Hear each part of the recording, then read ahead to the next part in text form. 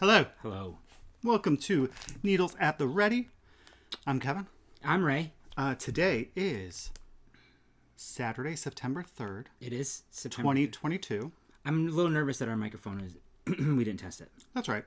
And today, episode number is 69. Ooh. This is our knitting podcast. Yes. Where we talk about knitting, crocheting, Yarny things. yarn dyeing, yarn buying, and all that fun stuff that goes along with it. So thanks for joining us today. Good. That was weird. Super weird. So, great things have happened. They have? To you, potentially. Oh. We drew prizes for our Let's Hear It for the Boys make-along. That has now completed. We actually left the post open until this morning. Because we both forgot about it. So thank you all for entering. It was really cool to see all of your projects and to read along with the conversation and to get some inspiration. So thank you all. This was our third year doing it, and every year it's nice. What? No, I'm good. You sure? Yeah, I thought I forgot who won what. But I didn't. So we would like to share the prizes and the winners. We can do that nice and early, so then you can just kind of settle back. We have a lot of things, I think, to show, but not really. Yeah, it's going to be a shorter... We say that every time. It's not going to be a 2.5 hour episode. No, there's no way in hell. There's no way. No way at all. All right, so... Let's do Those prizes. Are really beautiful. I know, right? Let's do prizes first. Then we'll do our last 2 weeks, okay. And then we'll talk about some knitting and stuff. Good. All right. So, first winner is from our FO thread. I'm going to go with Ronali. Ooh. Right? Ronali, who finished some beautiful Heart of Stone socks. Those are really cool. Made with show stealer yarn from Leading Man Fiber Arts in the color Moody Blue. Ooh. So, here they are. Yay, congratulations. You are our first winner. And you win this beautiful kit by Le Garçon. And it was... Oh, I should have grabbed my cowl. But it is to knit the Melbourne Bee cowl, which I completed a few podcasts ago.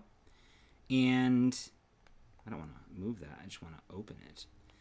And this is Melbourne Bee. So it's got some Syria alpaca in there, which is the lining, which is absolutely gorgeous. It's some mosaic. Oh, no, it's linen stitch. And it's the brother to the Snuggle is Real. Yeah. So super cozy, super cuddly. Congratulations.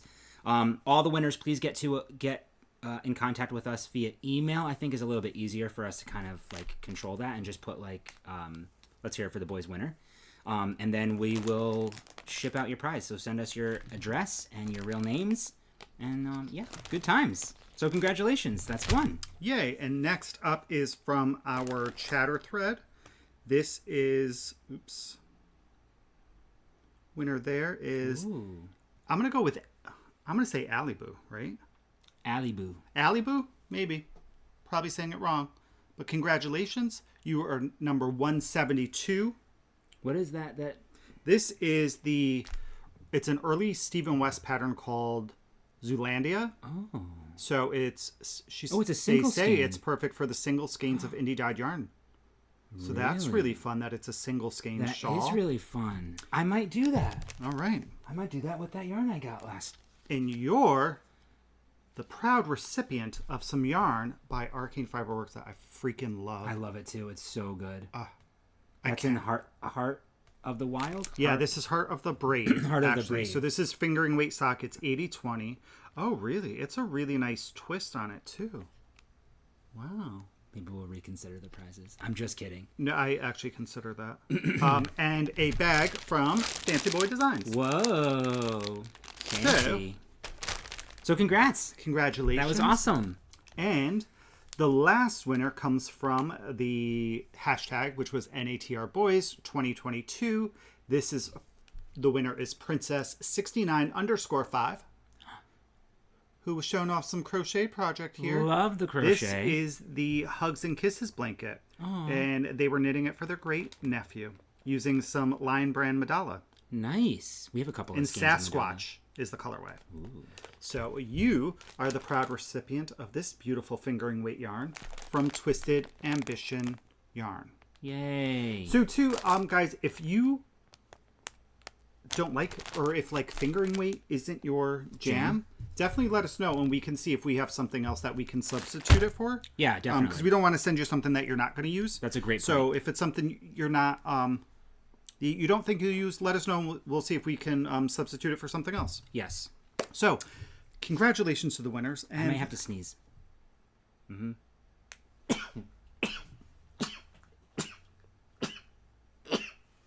God bless you. Thank you so much. So yeah, congratulations to the winners, and thank you to everyone who participated. Yeah, super fun, and we've got some prizes left over. So Kevin and I were kind of talking. I'm not gonna put it out there because every time I say something, I always get in trouble. I'm just kidding. But we're gonna do something really, really special throughout the Stephen West knit along, and lots of other giveaways. Just makes plans without me. I do, because I think it's a great idea. So I'm just gonna go with it. I'm not gonna talk to you about things anymore. Okay, perfect. Okay, good. All right, so let's talk about our last 2 weeks. Yes, let's do. What happened? So we both got sick. We did. But last Tuesday. Yeah, but I was sick Tuesday through like Friday. I didn't start feeling better until Saturday. I tested negative for COVID like 4 times. Days in a row. Yeah. I also was negative. Yeah, we both left work early on Tuesday, came home with the exact same symptoms. Correct. They were like COVID like. They very much with the headache and the exhaustion and all that stuff. I've had a bunch of people at work test positive for COVID, so that was, a little unsettling. Right. So I worked from home. Like I just came home that Tuesday, worked from home, and worked from home the rest of the week. Mm-hmm. And then during that time, I also may have possibly broke a toe. Yep. Something fell out of the dishwasher and fell on my toe. I looked at it a couple days later. I was like, why is my toe so dirty? And it wasn't. It was bruised. Heavily bruised. Is that why the dishwasher's broken now? No. Did you get mad at it? Nope.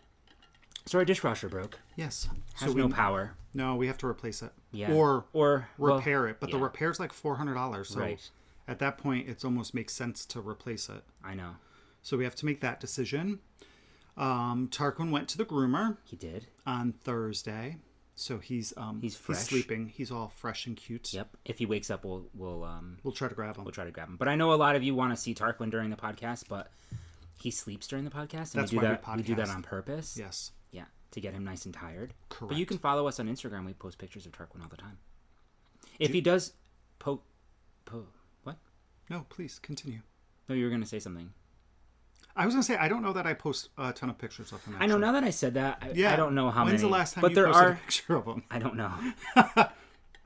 You post pictures of Tarquin more than me, I think. My last picture was a post of Tarquin. Yeah. We do it on our personal accounts, not necessarily Needles at the Ready. No, I don't think I ever do on Needles at the Ready.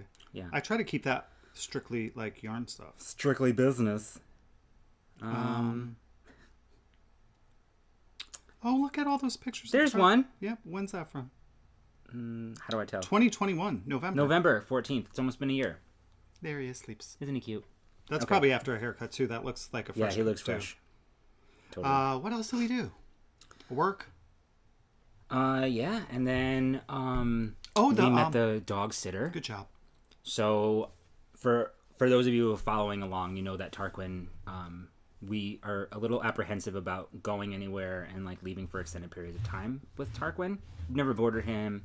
And then my family's not an option to stay with him this time around in November. So we thought it would be nice to... October. That's what I meant, October. So anyway, we booked a dog sitter and we met her. She came over to the house yesterday. And it was great. It was fine. He's totally fine. He's so easy to be with. It's us that's the bundles of anxiety, I think, when it comes to him. But yeah, so that was nice. And then we booked her again for November 5th because we plan on going to the New England Fiber Festival.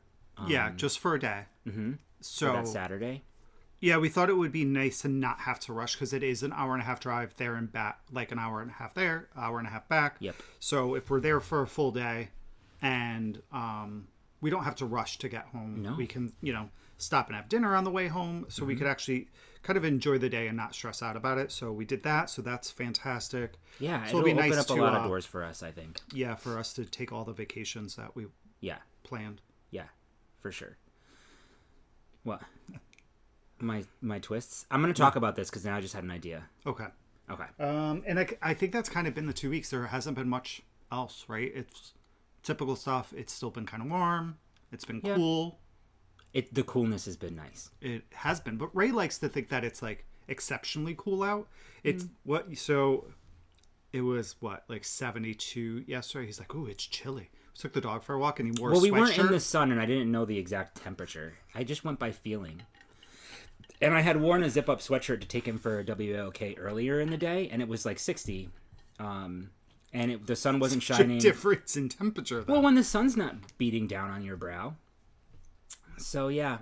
But whatever, it was warm. I took my sweatshirt off after, like halfway through the walk. Yeah, he's ready for shawls. I am so ready and for hats. shawls. I'm totally ready. I'm drinking my coffee with pumpkin spice creamer. Lisa, I bought some for him last weekend. Right, so he did. He could get it out of his system. Yeah, it was actually the day of the podcast. I think didn't you go shopping after that day? I don't know if it was that. It was either that day or Sunday. No, I thought it was. No, we podcasted on Sunday, didn't we? Yeah, wasn't it last weekend? I thought it was last weekend that I got it. No, I don't know. It was the same day, so I was really excited. I thought, so then, Kevin, you still love me. And I think that's it. Yeah, I think so too. Nothing super exciting. Well, no, it's all been like good stuff. It's just been, life. I am definitely So today they opened up kits if you were interested to join the Stephen West Mystery Knit Along 2022.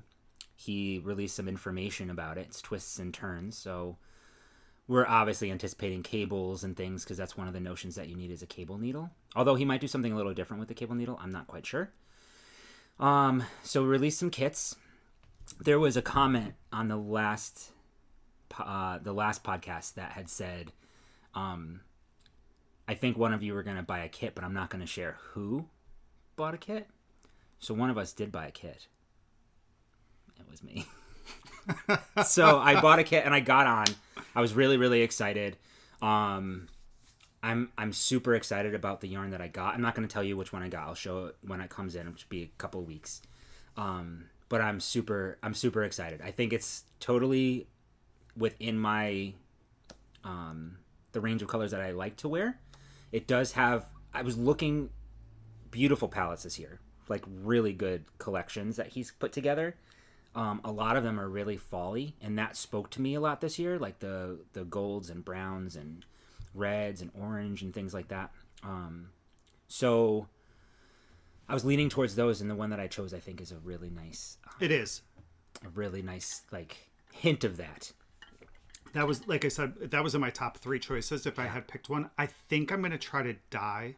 Yeah, I think that's a great idea. Set. Yeah. I feel like I'm going grays, and either like an orange, which I may show, or like an orange or a yellow, probably. Yeah, I don't know. I'm also thinking blues. So there was a really nice blue set, which was cool. But the grays, I was looking at some grays to put together as well. But my Barndom was in that, and I thought it's really nice combination. Yeah. But I just feel like I did that, so I'm gonna my favorite color combination of my shawls is the Slipstravaganza one, with like the browns and orange and neutrals. Stuff. So yeah. I know, I was thinking like with the orange and the brown, because I was thinking something similar, but then I did that kind of last year with Shawlography, because that had the... You have very graphic... Both of those shawls were very graphic. Yeah, I like graphic. Mm-hmm.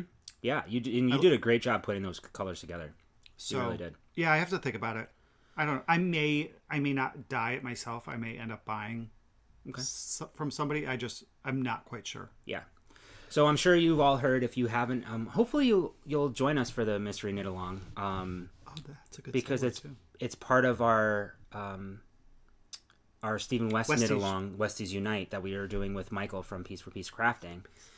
And we did it on purpose, making it go until like the end of November, because for those of you who want to join the Mystery Knit Along, I have to say, if I were to look and I've said this before, if you were to show me the pattern of the previous 2 shawls, Shawlography and Slip Extravaganza, and said, here you go, this is a pattern, do you want it?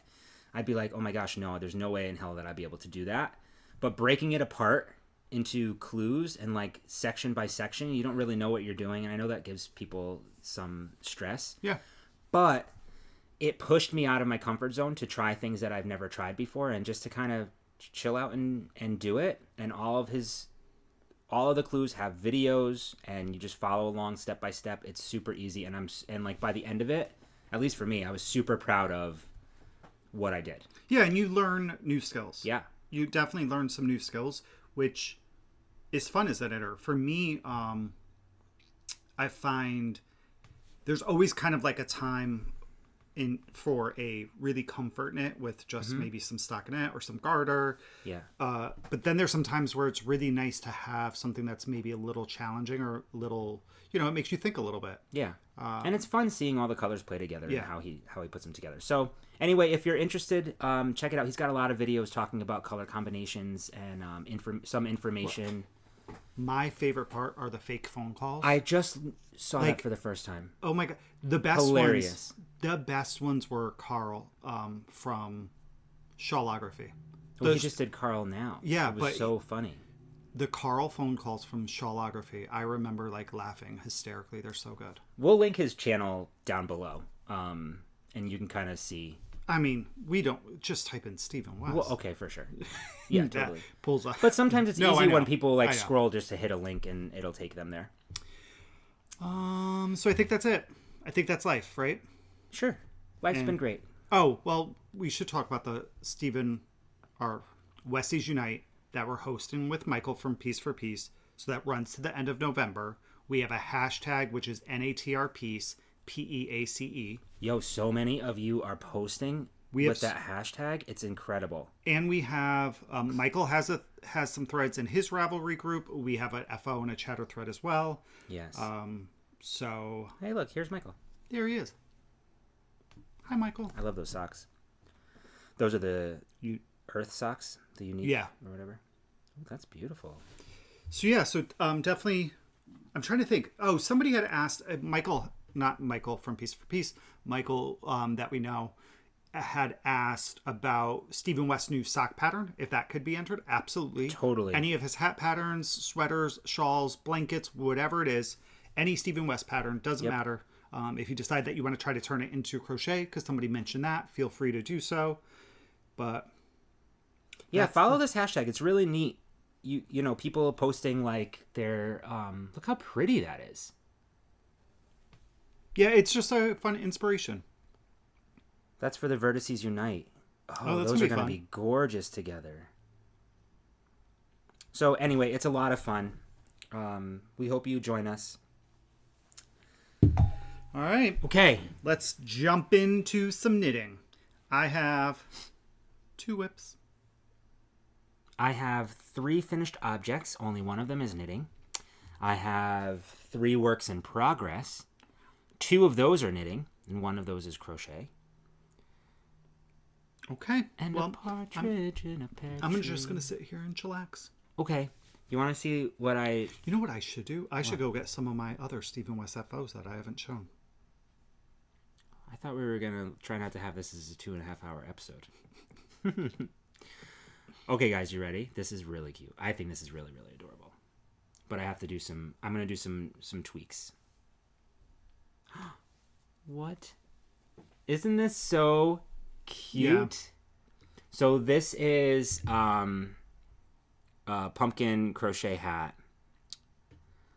Pumpkin hat free crochet pattern is the name of it. I'll have this link down below. This is what I was trying to find last time. It's super easy. So this is going to be for a newborn baby. What I ended up doing, because the pattern calls for sizes toddler and above, But you can definitely modify the pattern depending on how much you chain. It's a free pattern. And I ended up chaining only enough to get about 6 inches or so. And then I crocheted it. You seam it together. So you crochet it flat and then you seam it together. So I seamed it for about 12 inches and then seamed it together, which is about the head size of a baby, like a newborn baby. I wanted to, it's worsted weight yarn. I'll show you the yarn in a sec. I wanted to give some room. It's obviously not going to be a hat that the baby's going to, wear all the time. I think her mom, I'm going to do one for our niece as well. And maybe for their mom, my sister-in-law. And I think they're just going to do like a little photo shoot, because she's arriving around Halloween time. So I thought it was super cute. I thought I wove in the ends, but maybe I just didn't cut this end, or maybe I forgot about this end. I'm using Knit Picks. I bought some from Knit Picks. Knit Picks is like, their sales are so good. They really are. And like their yarn is so nice. This is super soft. So this is their Swish worsted. It's a superwash. I wanted to make it easy for the parents. Obviously, it's kids are going to be wearing this, and it's super soft against the head. So it's 100% superwash merino. You get 50 gram skeins. I used almost a full skein of the orange for this hat, and then for the green, I did a little bit of a darker green, which I actually like it now, but I'm going to change the way that I do the stem. So this is not going to be the one that I give to the baby. Oh. Yeah. So the orange is called Allspice is the name. And then the green is Dublin. So I didn't use a lot of the green at all. What I think I'm going to end up doing is the pattern is missing a little bit of an instruction. Like it tells you to single crochet instead of half double crochet, and to decrease is a little bit funky. So what I want to do is I want to decrease a little bit quicker, and then have the stem just a little smaller but more pronounced instead of kind of like that triangle. Do you see how it kind of has like a triangle? Yeah. But I'm also thinking of changing this yarn because it's superwash. It's really like slippery. The curl's not staying how I want it to. So I might do, we have some of this. I have to check. We have some Swish non-superwash. Yeah, but then they're not going to be able to wash it. Like you want it to be easy care if you throw in a non-superwash. Maybe I'll stitch it then. Yeah, you could stitch it down, or you could, if you changed your hook and went down to a smaller hook and tightened it. Yeah. Or maybe I do a different stitch. Maybe I just do a different stitch in it, because you're chaining this after you know. Right. So I think I would try going down a hook size. That's a good idea. And it would keep it. I would assume. I don't know because I don't really crochet. I would assume that just like knitting. Yes, it would be would be a little bit denser and tighter, so it may keep its shape a little bit more. But isn't it cute? I think it's super cute. Yeah. And it was super easy. It's free. It's all half double crochets through the back loop. So I think for this size, I used a 5.5 millimeter hook, which is a I or an L. I think it's an I. I go by millimeters usually with my crochet hooks. I don't really know the letter sizes. And yeah, but I think it's super, super cute. This would be just a nice like hat pattern. Like if you just want to do a plain like ribbed crochet hat. It's very, very stretchy. Yeah. Super soft. I feel like with crochet, it looks like it's harder to weave in ends. It is harder to weave in ends. Good Especially job. with a superwash yarn. Thanks. So I will I'm gonna get a couple more of these going. It took me like no time at all once I really hunkered down and did it. But I want to change the stem. That's my plan. And I think I'm going to leave the body alone. I think it's a good size for a newborn baby head. Yeah, for sure. Oh my gosh, how cute. Oh my gosh, so cute. I know. Okay, so that's FO number 1. FO number 1. Number 2 is also a baby knit gift. I finished my blanket that I was doing. This is the Red Heart pattern that I've been showing. I'm going to have to blow my schnoz soon. The Yarn Inspirations Red Heart Crochet Corner to Corner Throw. And this is linked. This has been linked down below as I've been working on it. I did not do the border on it because I didn't really like it so much. Yeah. And the pattern's written for worsted weight or number 4 yarn. But I did fingering and used a whole bunch of yarn scraps that I had, plus 10 mini skeins from Row 1 Yarn that we got with from Megs & Co. So it's done. It's a cute little blanket. There it is. It's oh my god. Well, so as we were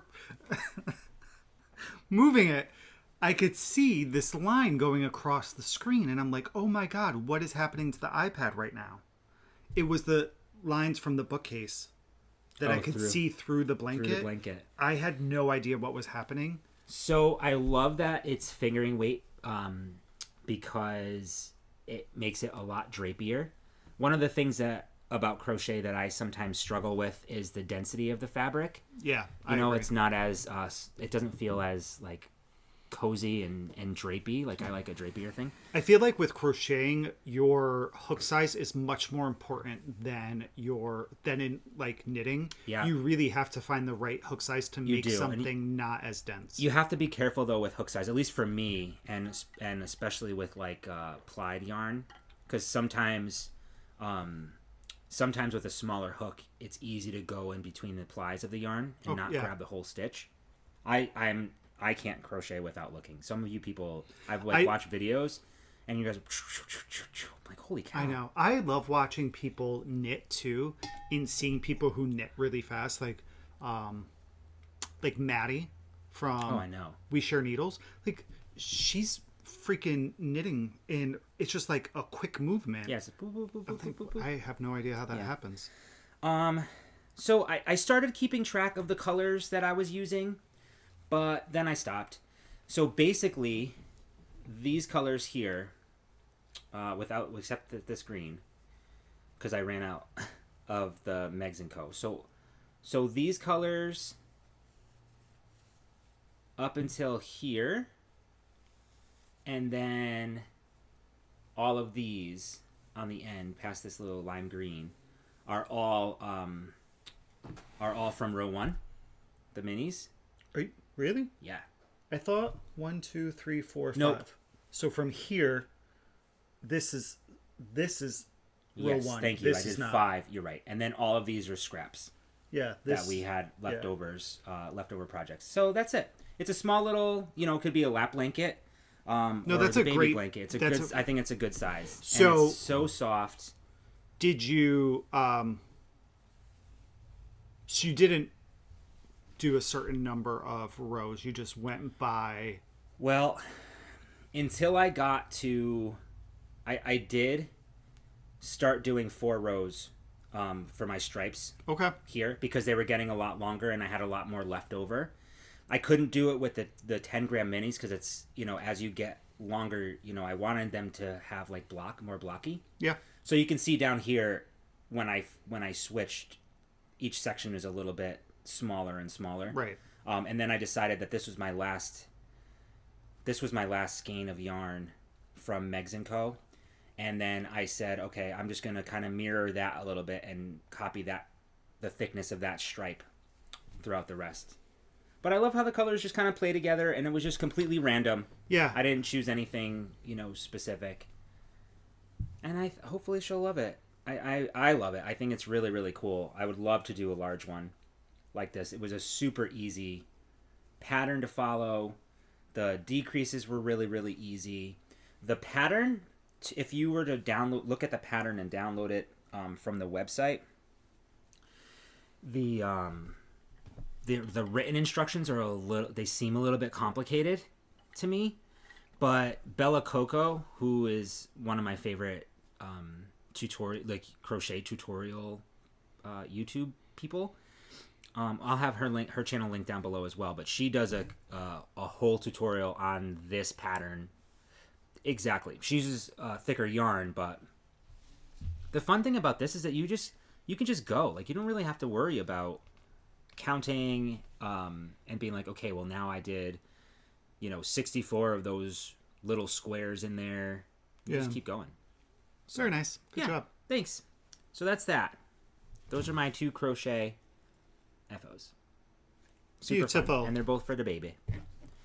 My last FO is... Let me see if I can grab the yarn. I'm not quite sure where I put everything. Oh, here it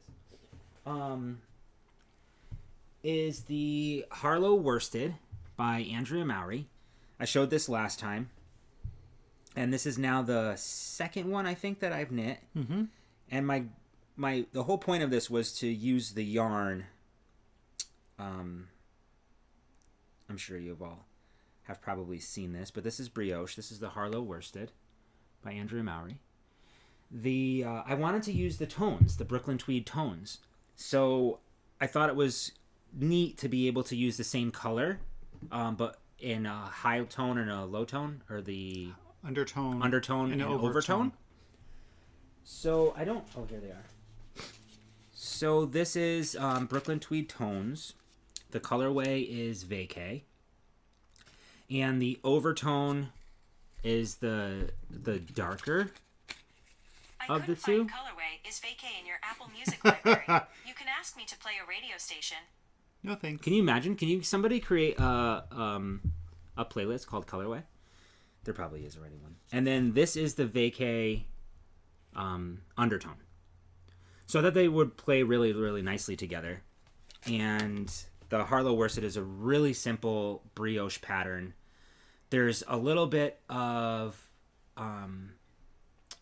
like intermediate / advanced techniques that you can use if you wanted to.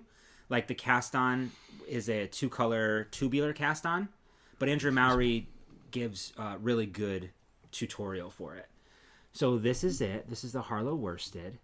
This is there's really no right side or wrong side to brioche, but you have to identify your main color, because you knit that with the main color and then you purl with the contrast color. So the main color, and the closer you get, the less contrast it is.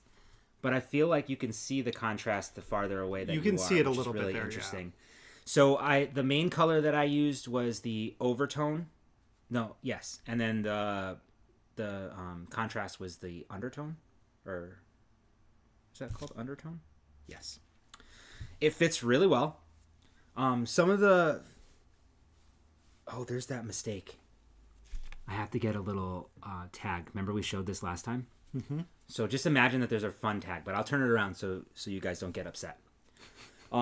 So if they get upset, if it's, people sometimes don't like to see those things. So I think it's so fun. It's a really comfortable hat. It's such a comfortable hat. And I'm really impressed with the yarn after it's been knitted. I wasn't a huge fan of knitting with it because it kept snagging, or it didn't feel so smooth going round. But I think it's so much fun. And I think I like the inside better than the outside. I love the inside of the hats when I see them. Yeah. Isn't that so nice? The inside's more graphic, so there too. You can see the decreases. The decreases so much inside better. Are really nice. I had a little bit of a boo-boo with the decreases. And I got a little frustrated. I was ready to take the whole thing out, and just be done with it. The decrease is a little bit more advanced, I guess, intermediate. There's a technique. It's like a cabled decrease. You're decreasing 4 stitches at one time, and there's a lot of moving the stitches, pulling one forward, passing stitches over each other, going back and forth. And of course, I didn't put a lifeline in it, which I should have prior to me doing the decreases. And if you don't know, a lifeline is when you just string additional, like a strand of yarn, contrasting color yarn, or a cotton yarn, something slippery that's not going to stick to the yarn, into your live stitches before you continue to stitch up, so that you can just rip everything that you've done up until that line. It'll prevent those other stitches from falling down. You can just pick up your work and continue again if you make a mistake. So I didn't do that, and I was like, oh my goodness. And I figured out, like, I ended up taking it all back. Twice. Because I thought that I miscounted. There's supposed to be four decrease sections in the hat. One on each, on the 4 sides. And so I started decreasing. I think I ended up with like 7 or something crazy like that. And I was like, darn it. And then part of me, in true Ray fashion, was like, you know what? I'm just going to let it be. Let it be. It's no big deal. And then I just ended up taking it back. So with this decrease, and I'm sure there are tutorials out there. I did not watch any tutorials. I probably should have. It would have saved me a little bit of time. But with the decreases, what you end up doing is, once you get to that point where you have all 4 stitches and they kind of decrease, obviously you can see they decrease like this, after you're passing things over and whatever, you're left with 1 stitch with a bunch of stitches kind of attached to the base of that stitch. I ended up, luckily this yarn is as sticky as it is. You just pull it off the needle and pull your working yarn through, and all the stitches open back up again, and so you're able to put your needle back through there, and it worked. So I am so happy that I ended up going back again and fixing it, because I think that's probably one of the coolest features of this hat. Yeah, are the decreases, and so I think I did a pretty good job with that. Yeah, overall, I'm so happy, and I have 2 additional colors that I'm gonna probably do another one. I don't really own a blue hat. That's a false statement. It is not. You have a socket slouch out of a blue hat. That's a blue hat. I do? Yes.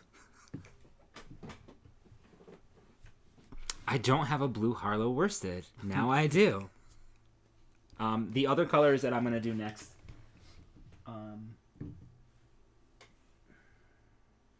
Are somewhere. They may be on your desk. Maybe. I thought I would have put them in here somewhere. Oh, here they are. Nope. Oh, that's loft. Here they are. Nope. I think they're on your desk. They might be. Or maybe did you already put them in a bag? I did not. What's in that bag? Nothing. Oh. That was where this was living, and I'm gonna put that. Gotcha. I'm gonna put it back in. Okay, I'm done. Okay, that's it. Isn't it fun though? Yeah, I love brioche. It's a lot of fun. It is. Mm-hmm. All right, keep going. You have whips. I have 3. I know. I only have 2. Okay, so one of them I literally just started today. It's another crochet pattern. I showed you this kit that we got from Yarnia, Montclair's local yarn store. And this is another baby gift. So this is the Hardycraft Easy Crafting Crochet Kit. It's a mouse rattle. It comes with everything you need except for the hook. It's designed by Marjiki Boone. Sure. So this is the kit. Comes really, like, everything is in here. You get your pattern. And you get the yarn. The yarn is a cotton yarn. You also get some stuffing and stuff. So I just started it today. And I started the ring for the rattle. So you're basically just crocheting all around the ring. I think I'm good here, actually, now that I'm looking at this. Yeah.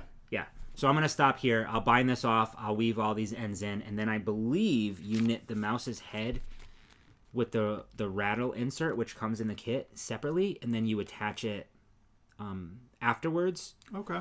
So the ring is done. It's just a bunch of single crochets. It's so cool. Crochet is cool. And then the great thing about this ring is that it's safe for baby to chew on, to like gum on or whatever it is. And the yarn is a cotton yarn, so it'll definitely absorb some moisture. How would you? I guess you can't. Could you wash it? I guess so. I'm not sure because of the wood. Yeah, I mean, wood, obviously you have to be careful with it. You can't let it soak in water. Yeah. We'll see how the project goes. So far, this only took me about, 20 minutes or so to do this. I was doing this while trying to stay patient for the Stephen West kits to become available. That's it. Knitting a kit while purchasing a kit. That's right. And so you got your little rattle in here. And some stuff to do the eyes.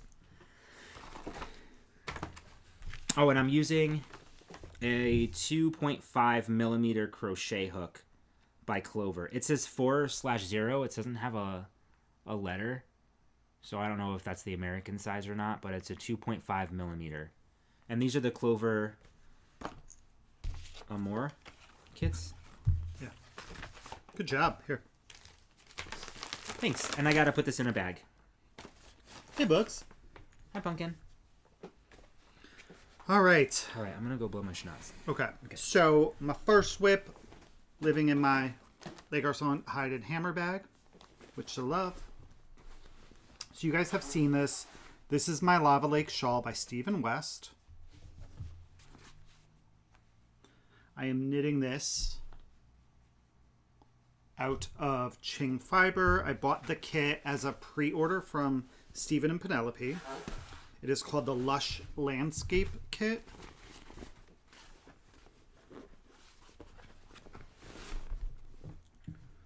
Get it all out for you.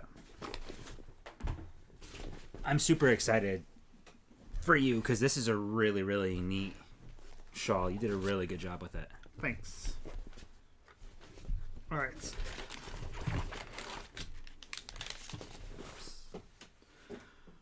All right, so here is, I'm going to show the kit first. This is oh my goodness.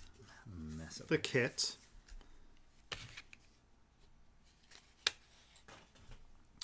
The colorways are, oh wait, let's do this first. So the kit is on, so it's the Ching fiber. This is on their 100% superwash blue faced Leicester. And it is 365 meters or 399 yards. It is a high twist BFL base. It's really beautiful to work with. Yeah. The first color is Fog. So that's color 1. Color 2 is... This is cool. It has like little yellow specks in it. Field. Field. This was color 2. Color 3 is Fauna. It's such a subtle fade. Color 4 is Botanist. So fun. And then color 5 is Treetop. 4 and 5 are, to me, incredibly similar. There's not a lot of variation between the two. They're gorgeous. So really fun. This pattern... No, there are. Wait till you see, though. Okay. I don't know. Again, things actually look sometimes a little better on camera than they do in person. Yeah. So this is knit on a US 5, so it's a 3.75 millimeter. Mm-hmm. I got to the halfway mark. Talking. And I only knit on this for 2 days. I did have to rip out 12 rows because I forgot to... You got a little overzealous. Yeah. You just kept going. So I'm using my They're needle so stoppers cute. from Fox and Pine. Fox and Pine. Right, out of Canada. Mm-hmm. So here's where we are. This is... All right, so we're going to go this way. So I've completed...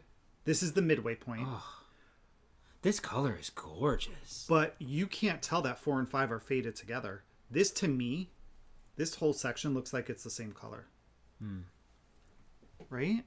I don't know. There may be there's a little darker in there, difference. but it's very, very subtle. Yeah. So here we go. Well, it's a subtle fade. I know. No, I know. Which is really nice.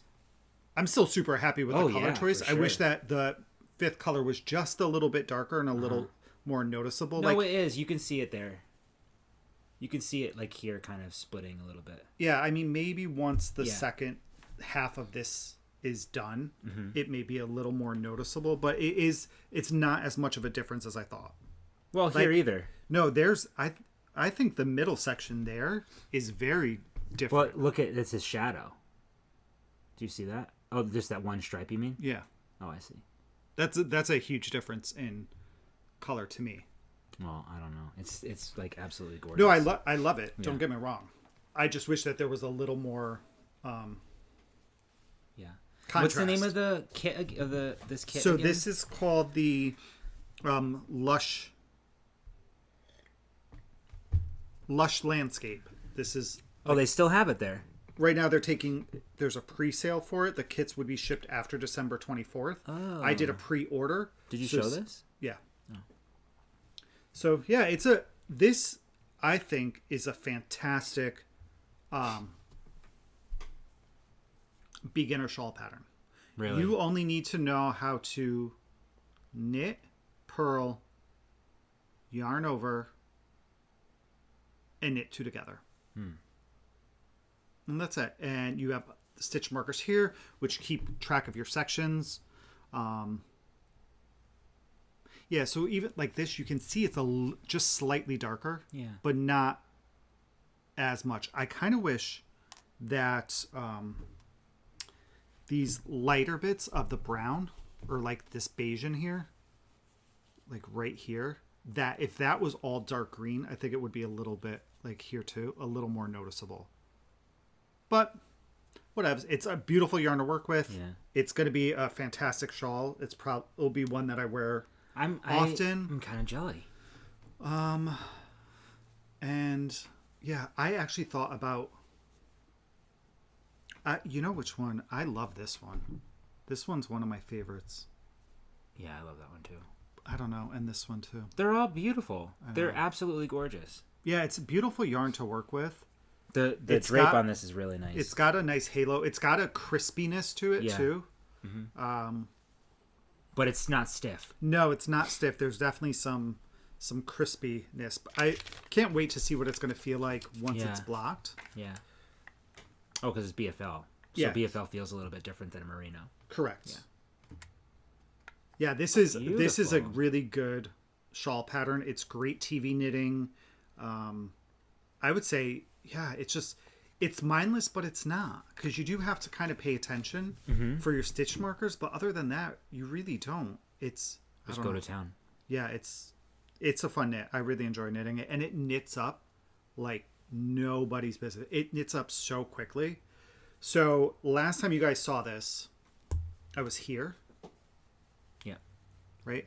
And then I did this bit, I don't know, what's that, like 3 or 4 inches? Yeah. Maybe? In 2 days, and I took out 12 rows and picked up my stitches and knit those 12 rows again.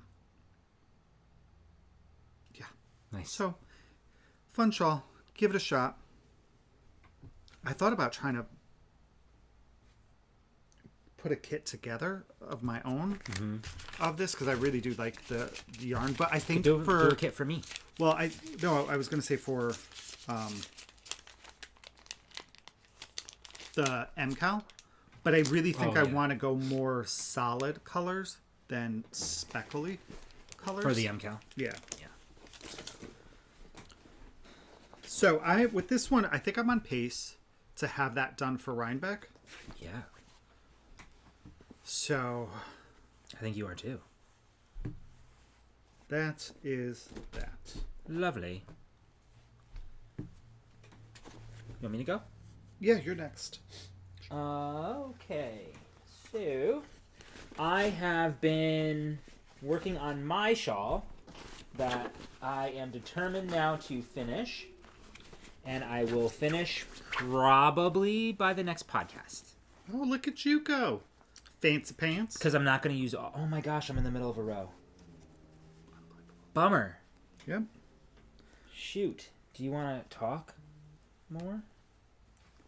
Or no? I want to close this bag. It's brioche in the middle of a row.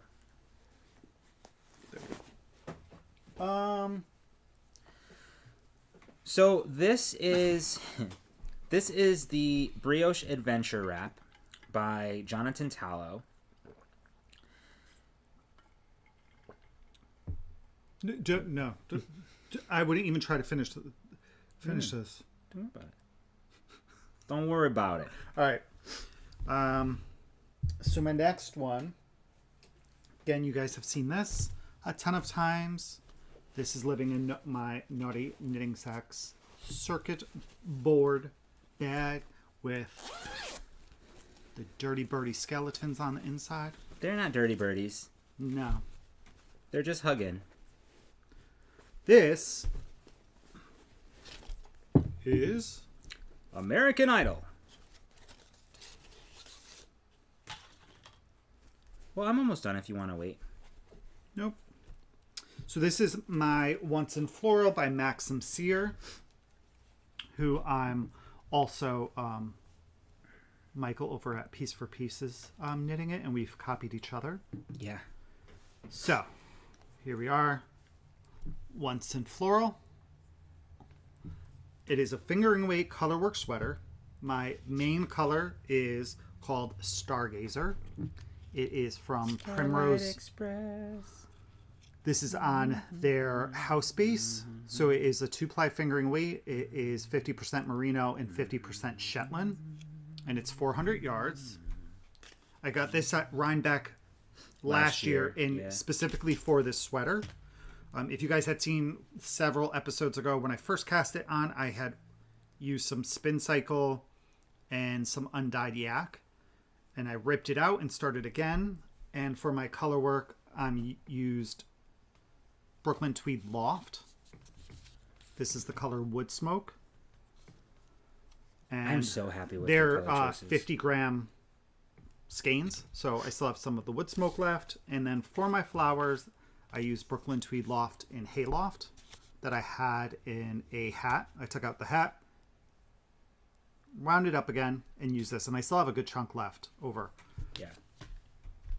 So here is where we are. I also have this, my fun Fox from Fox and Pine needle stoppers on here. They're great quality products. Like, it's like high density, like rubber or whatever. And here we are. So, last time you guys saw this, I had not split for sleeves. I was probably... You didn't? No, I had not split for sleeves. I was somewhere right after my color work. So I've split for sleeves. And from my underarm to here, I think should be somewhere at about maybe around 11 and a half inches. Mm-hmm. I may have about an inch left until I start my ribbing. I have to check the pattern, but I think it is supposed to be, it's either 2 to 2.5 inches of ribbing. So I measured the John sweater that I finished a couple months ago. And from the underarm to the bottom of my ribbing, that was measured at 15.5 inches.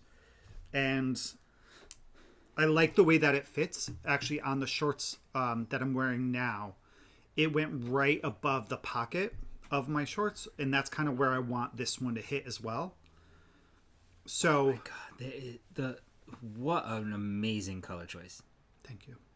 Wow. Yeah, it makes such a difference switching the color. Holy cow. And your stitches look great.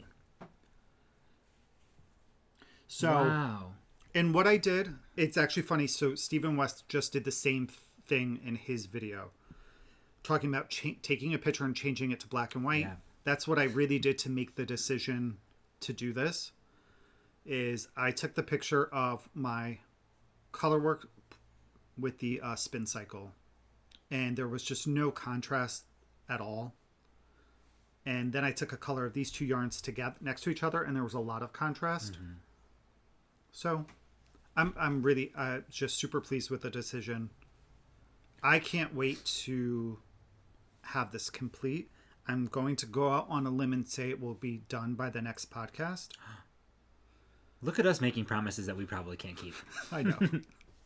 No, I think so. In 2 weeks,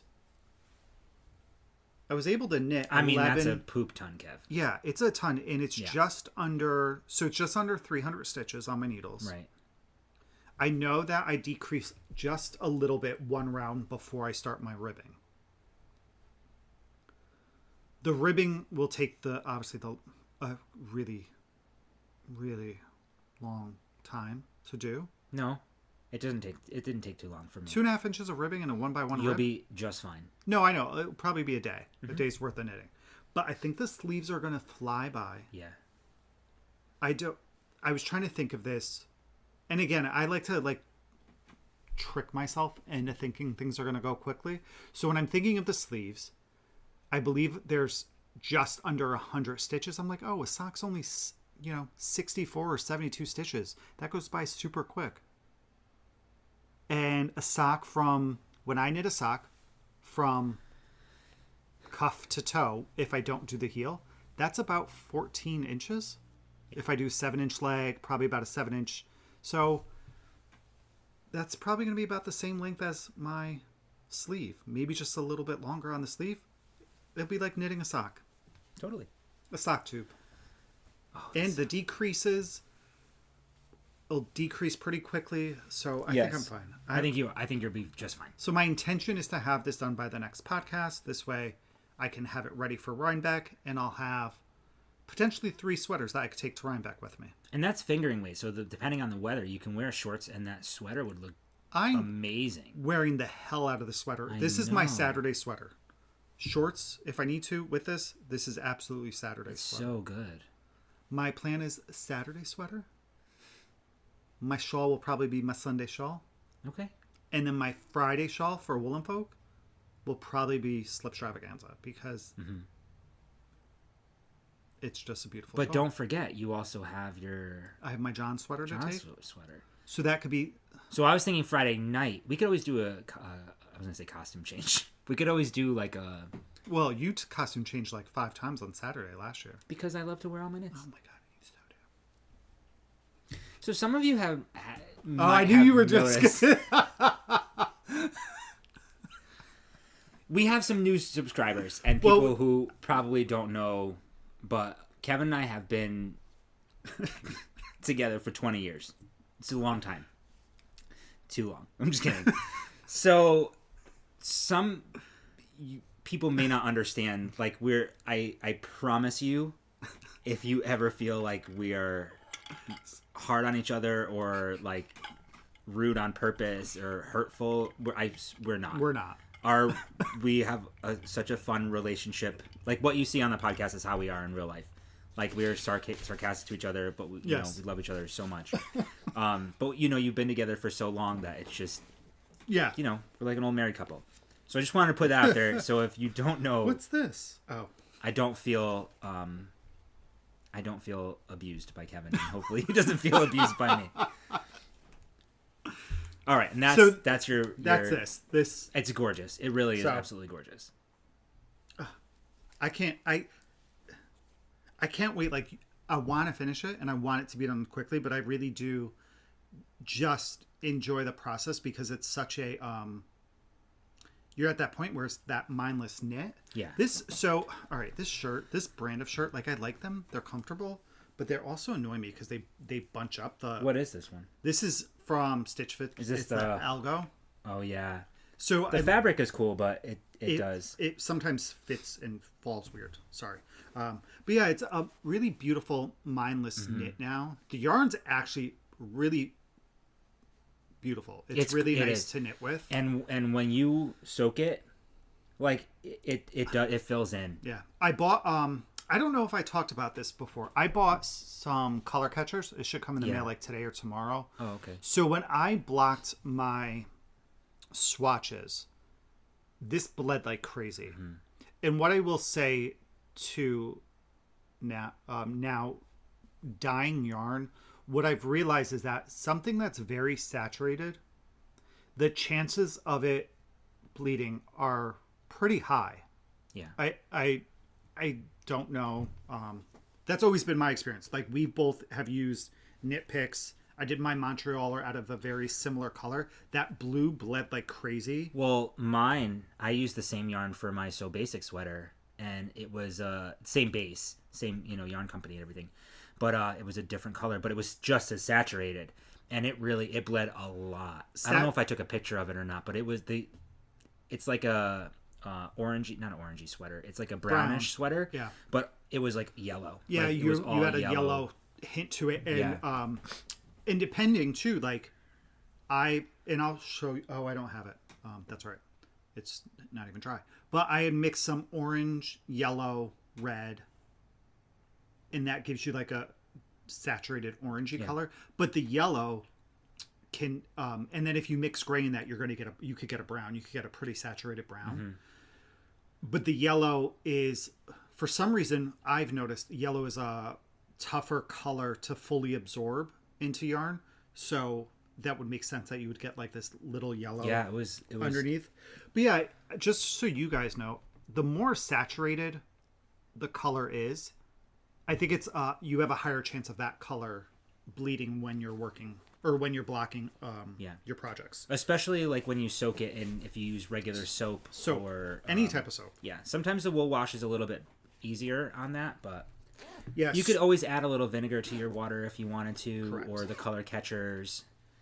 There's definitely tips and tricks to like help with the bleeding, but on a project like that, I think it's a good point because you have some lighter colored yarn, and you don't want to have that blue seep into there. This would be a really good example. So this yarn that I dyed is the most saturated out of the set. Yeah. In this one, when I'm washing it, this bleeds more than any of the other colors because the amount of dye that you're using is double the amount that you have in the other skeins or the other batches. So it does have a tendency to bleed, especially when you add soap. Once there's no soap, it will come out pretty. The water will come out pretty. It's clear. Such a gorgeous color though too. This may be. So this color may be in my shawl. Yeah, possibly. I think that's great. This may be my accent, my pop. Mm-hmm. Possibly, I don't know. All right, I'm sorry. No, I'm sorry that I was in the middle of a row. We were watching. How come I stopped in the middle of a row? I don't know. Neither do I. Anyway, it doesn't matter. So this is the Brioche Adventure by Jonathan's Hollow. I've shown this, obviously. I think I looked at it and I cast it on back in like February or something. Hopefully this is the last time that I talk about it as a work in progress. And it should be done soon. So Brioche Adventure. The reason he created this pattern was for everybody. So adventure, like advent. So to use your advent skeins, your mini skeins that you may get in your yarn advents. Do you have tuft woolens on? No, you have low body. I don't know what that even is. It's really. So, I mean, I know what it is, but it's really good. Yeah, I had heard about it from Naughty Knitwits. Yeah, it's nice. Michelle and Leslie. It absorbed a little bit quicker than I thought. I would like to reapply, but it's okay. So I did make quite a bit of progress on this.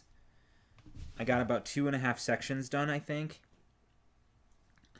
So the concept, this shawl is using those advent skeins, those mini skeins, like we were saying, but it's a parallelogram shape, so it doesn't grow any wider, like any deeper. It grows longer. So it's like a wrap. So it is a wrap, yes. So this is, this is like one side, and then it'll go across. You increase on one side, decrease on the other row. Huh? Do you want to flip so you can show the other side? Oh, sure. So it's really the same thing on the other side, because what you end up doing is your main color from one side becomes the contrast color on the other side. And right now I have, I think, 13 of these stripes. In the pattern, the sample that he used is 15. I have the mini skein set from Dragon Horde Yarn and Yarn Cafe Creations, Christmas at Hogwarts. And there are 24 minis there. I don't think I'm going to use all 24 because this is already pretty long. I think I just spit all over you. This is already pretty long. So I'm probably going to do maybe 3 more. Okay. And then call it a day.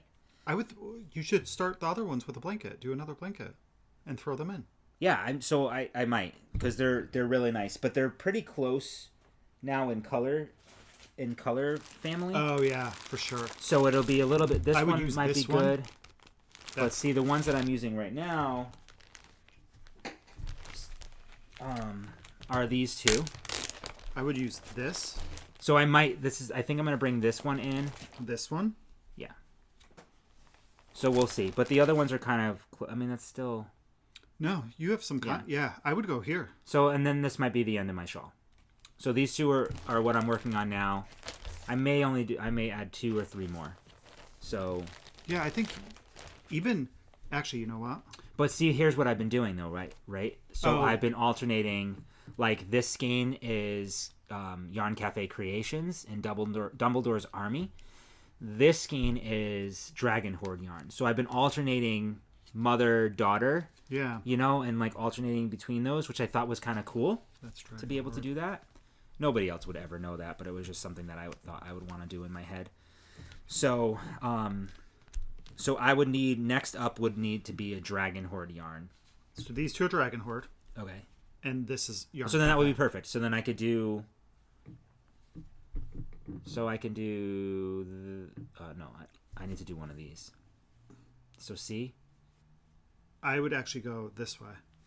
So they're going to be... This is almost like a darker version of this, kind of. Yeah. It has some of those same But it's interesting tones. because you look at this and you're like, oh, okay, that's, kind of contrasty. But when you actually start knitting with it, it's really not all that different.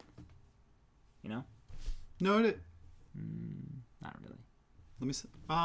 When you reverse it is, though. No, it's kind of it's very similar.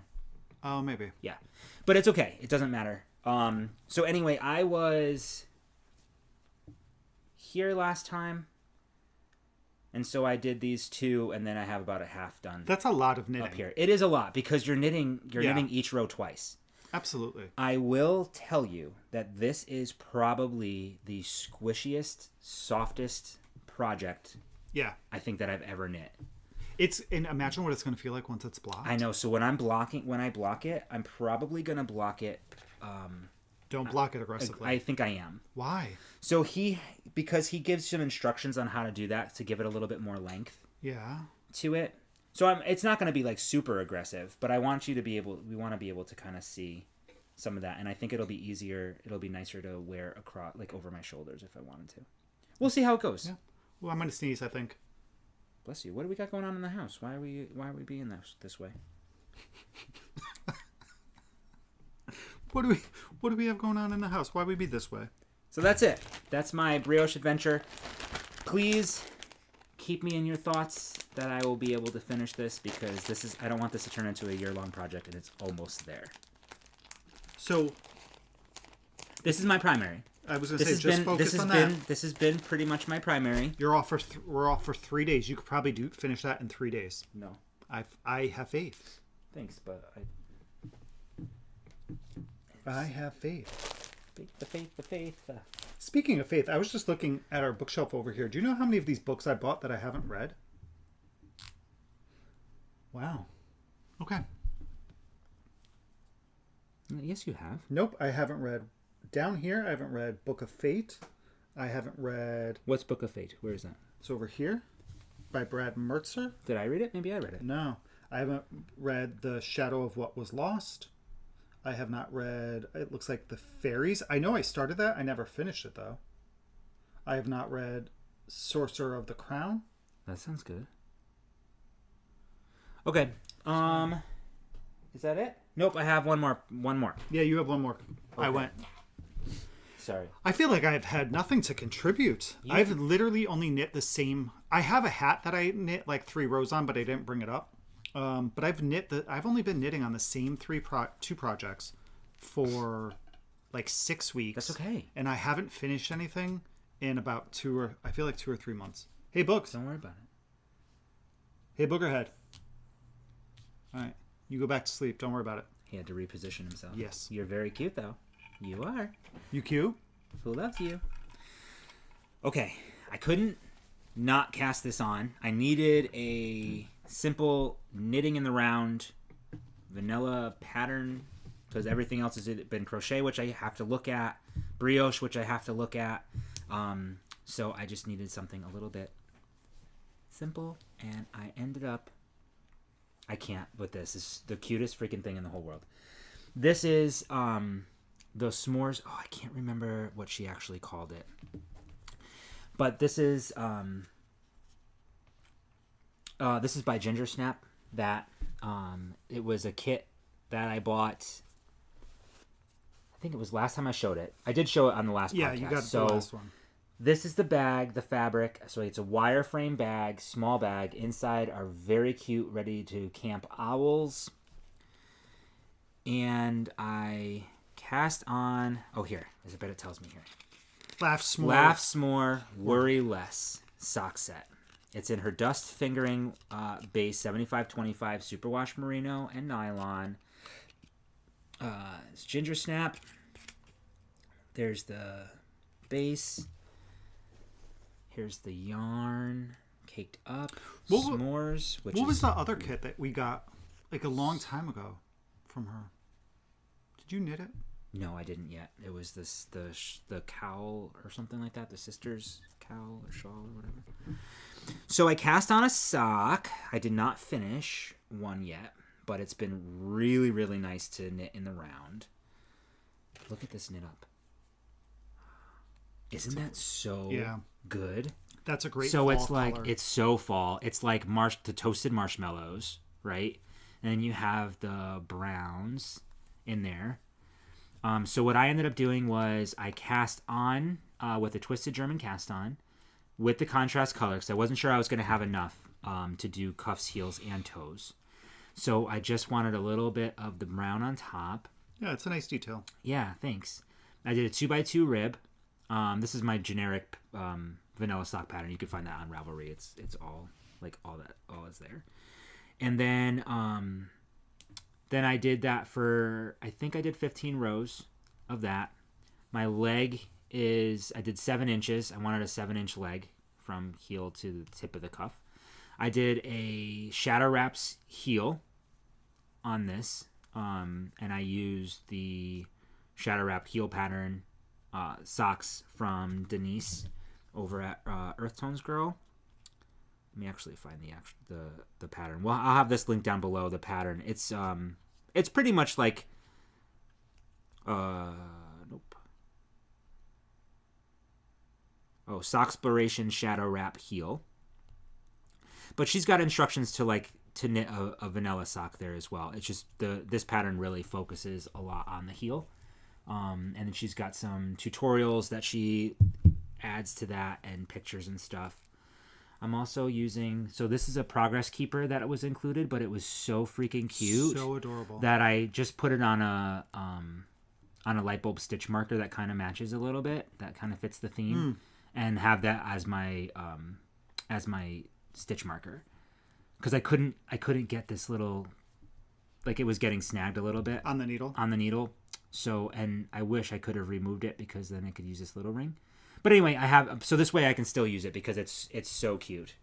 I knit these on 2.25 millimeter needles, 9-inch circulars, my preferred method.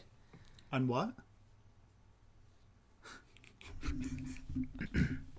9-inch circular needles. Yes, that's 9-inch circular needles. That's been a while. It's been a while, actually. It has. And then I was whispering it for a little while, and then I don't know why. I don't remember what the... Anyway, I could do what I want. So that's that. So I have I wear a size 12, so my foot is 11 inches long, and I usually knit with about an inch or so negative ease so that the sock fits well. This heel fits my heel. This heel fits my foot the best, even better than a gusset, like a slip stitch gusset heel. Interesting. Yeah, so I prefer this. It cups my heel very well. Do you do any extra rounds like I do for afterthought heel? I'll do like 4 extra rounds. No, there's no need to, because you get back into the pattern. Do you know what I mean? Like if I was doing a pattern sock and this, I might do a few extra rounds before I pick the pattern back up again. But because it's all stockinette, you never increase or decrease your stitches. It always stays the same amount of stitches there. It just shapes the cup of your heel. That I didn't need to. So every once in a while, I may, like you can see here, like on the heel turn itself, like I may leave some extra stitches in the middle of my heel if I needed a wider, heel, depending on how the yarn is or whatever. But this yarn is so nice and like super stretchy, so it's gonna fit my heel very, very well. So I do the heel usually adds about 2 inches or so, and then I'll do about 6.5 inches of the leg, and then I'll do the toe. So usually for me that gets me to about 10 and a half inches, 10.25, something like that. And that's enough to give me the negative ease that I want, because I don't like the slouchy socks hanging off my dogs.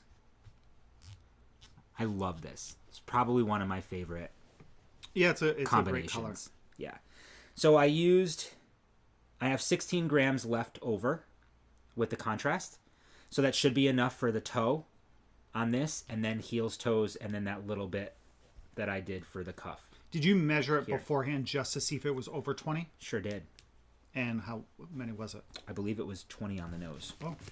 But I can definitely refer to my handy dandy notebook. The main color had 109 grams, and then the contrast was 20 on the dot. Okay. So I did 72 stitches, twisted German cast on with the contrast color, and then I did 2x2 rib for 15 rows, which is about 1.5 inches. The leg I did 7 inches, I think I told you, including the cuff. I did the shadow wrap heel. So like I was saying, the shadow wrap heel, when you're going back and forth, and it's a free pattern, I think, so I'll link it down below. You basically split your heel into thirds. So in the middle, this section is a certain amount of stitches, and then on the ends, it's like thirds. So for me, I did 11 in the middle, and then I had 13 on each side. Okay. Which would have given me, because I used 36, right? Because half of 72. But sometimes, depending on the yarn, I'll leave the 13 in the middle and 11 and 11 on each side. Does that make sense? Yeah. So if I want like a wider heel, then that's what I'll do. Well, no, you couldn't do that.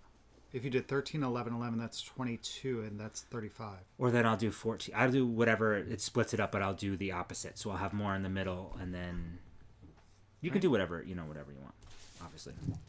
You find what fits your foot the best. Okay. So that's all the knitting? That's all the knitting content and crafting content. I'm going to do some brief yarn dyeing.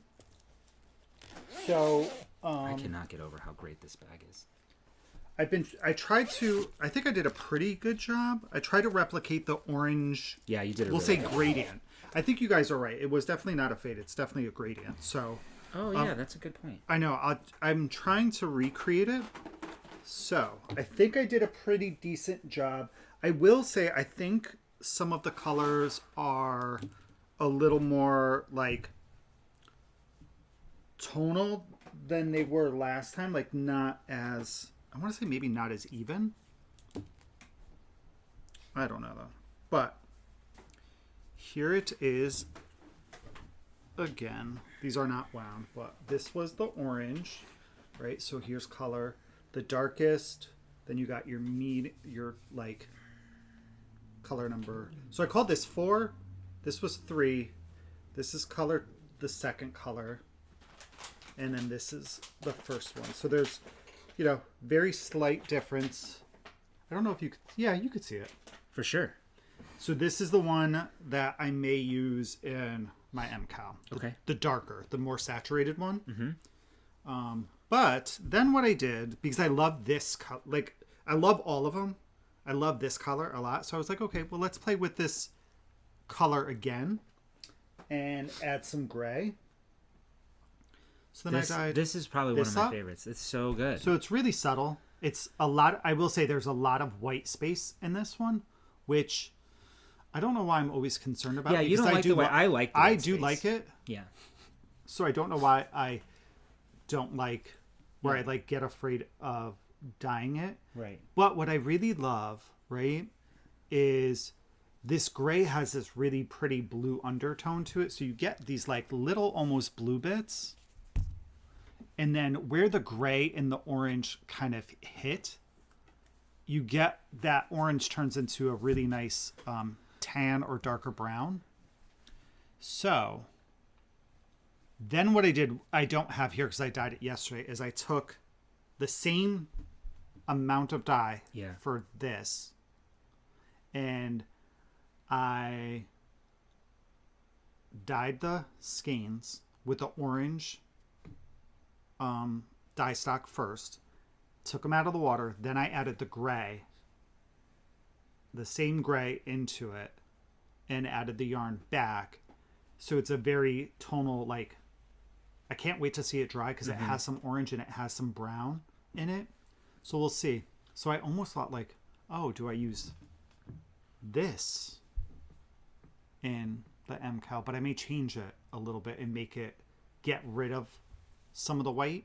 I love the white. It makes the other colors really pop. Yeah, I thought this was a. It's really fun. Yeah, I like it. Are you gonna put that up for sale? How many do you have? I dyed 10 of these. 10? Yeah. Oh. Yeah, this is actually. So I will say that's fall to me. This is. You would think this would be super fast. This type of dyeing is more time consuming than this. This takes way less time for me. And I could do more of this type of dye style at a time than I can this. So I really do love this. Boy, my allergies are really... Did you take allergy meds today? I did. I love the way that tonals look, or semi-solids, or solids, or whatever. Yeah. But they for me at least, in the way that I've been doing them lately, they take a way more time. And it's harder for me to dye a larger quantity of those than it is for this. Like if I wanted to today, for instance, I could probably dye like 40 of the same color. Wow. Really quickly, All right, so that was it for dyeing. So now we have... Oh, and I found the other tones that I was going to do for the Harlow Worsted. So this is Granita.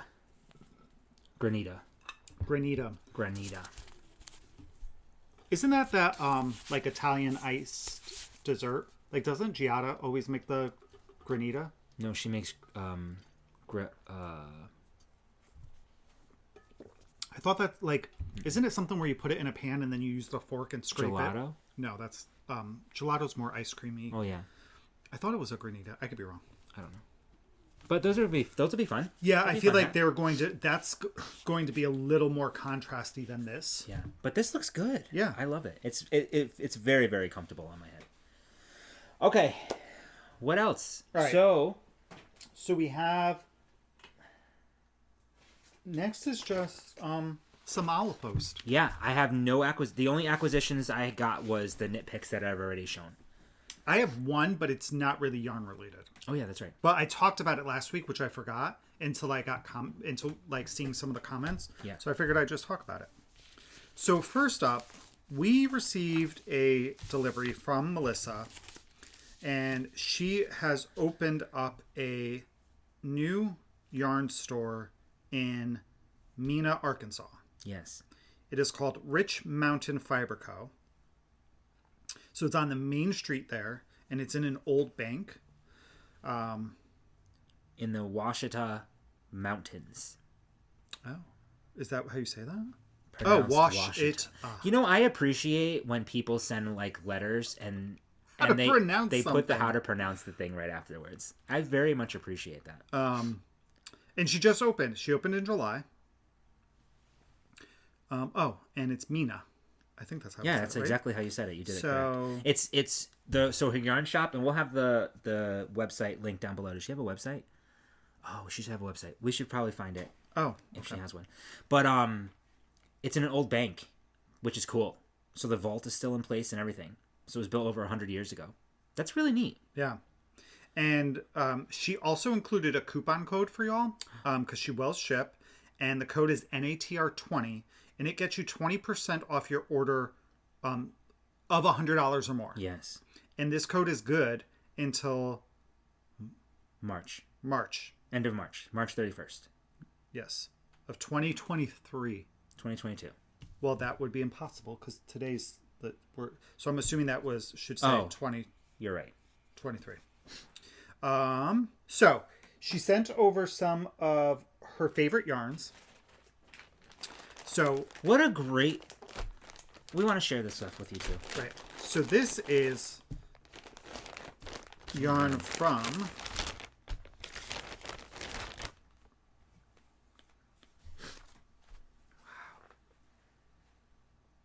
This is nice. Cashmere Lusso. So this yarn is 50% virgin cashmere and 50% recycled cashmere. Sorry, guys. So there's a couple different colorways here. I wonder if they have names or if they're numbered.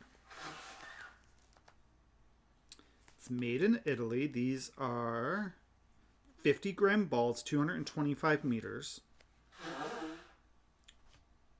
So I think we're just going with numbers. So we got number 17193. Bam. Then we have colorway 17192. Sorry. Hi, Bubba. Then we have 19997. Wow, I feel like I'm on Price is Right. I feel like you're pulling the lottery numbers. Then we have number 17195. So this is acetosa. Where the heck are you seeing? Oh, Agrifoglio? Stopa? I bet these are places in Italy. Or Italian words. What's this one? Palestandro? That sounds like a place. That sounds like a name. Like these are so... Yeah, they're very... Beautiful. Yeah. It looks like kind of maybe a 2-ply. Oh, it's so soft. These are gorgeous together, huh? Yeah. Wow, thank you so much. That's really incredible. And then... But wait, there's more. Then she sent... I love the idea of recycled cashmere and like virgin cashmere together. All right. So then she sent some yarn from two of her favorite... All right. So we have yarn from Moondrake. So these are two of her favorite colors. Yeah. This is Prada Blue. This is a BFL high twist fingering. So it's 400 yards, 100 grams, and it's 80% superwash blueface Leicester and 20% nylon. That's a gorgeous color. This is a really... it's vibrant. Yeah, saturated blue. Yeah. It's really, really pretty. I would say it's actually a little bit... I don't know. Maybe it's true to color. This is true. It's totally true to color. Yeah, this is really, really pretty. And then this is spruce. Wow. Totally Christmassy tree color. But darker. It's dark. Yeah. Ooh. They're really pretty together. I think they're pretty together. Yeah. Ooh, I love that. And then this yarn is from String Theory. This is Orbit. It is a self-striping yarn. This is an 80-20, 80% superwash merino, yarn. and it is 328 yards, 299 meters, 100 grams. So and it's cool. It tells you the stripe pattern on the side. So you have 6 rows of navy. Actually, hold on. I'm sorry. 1 second. I apologize. Orbits, it looks like, is the base. The colorway's Hydra. And now you're good. So you have 6 rows of navy, 6 rows of pale violet, 6 rows of white, 6 rows of aqua, and then 6 rows of medium violet. That's cool. Yeah, that's a really pretty color. And it got a little stitch marker on it. Yeah, snag free too. Yeah. How fun. And then their website is their website called selfstriping.com. What? Psh, clever. Okay. I just want to make sure I'm getting everything.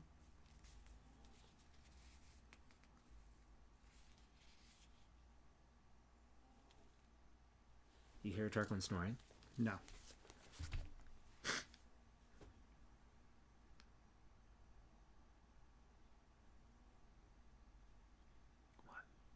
The bag. I was just trying to the tag's right here. Look at this pretty bag. It's really pretty. It's like actually denim. The bag. Hold on, I'm trying to see where the bag's from because the tag just has small project bag. So I want to see. I'm gonna have to see if we can.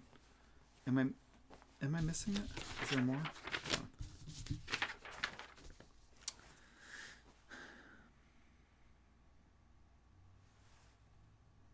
I'll reach out and get a link for the bag because I feel like I'm missing something.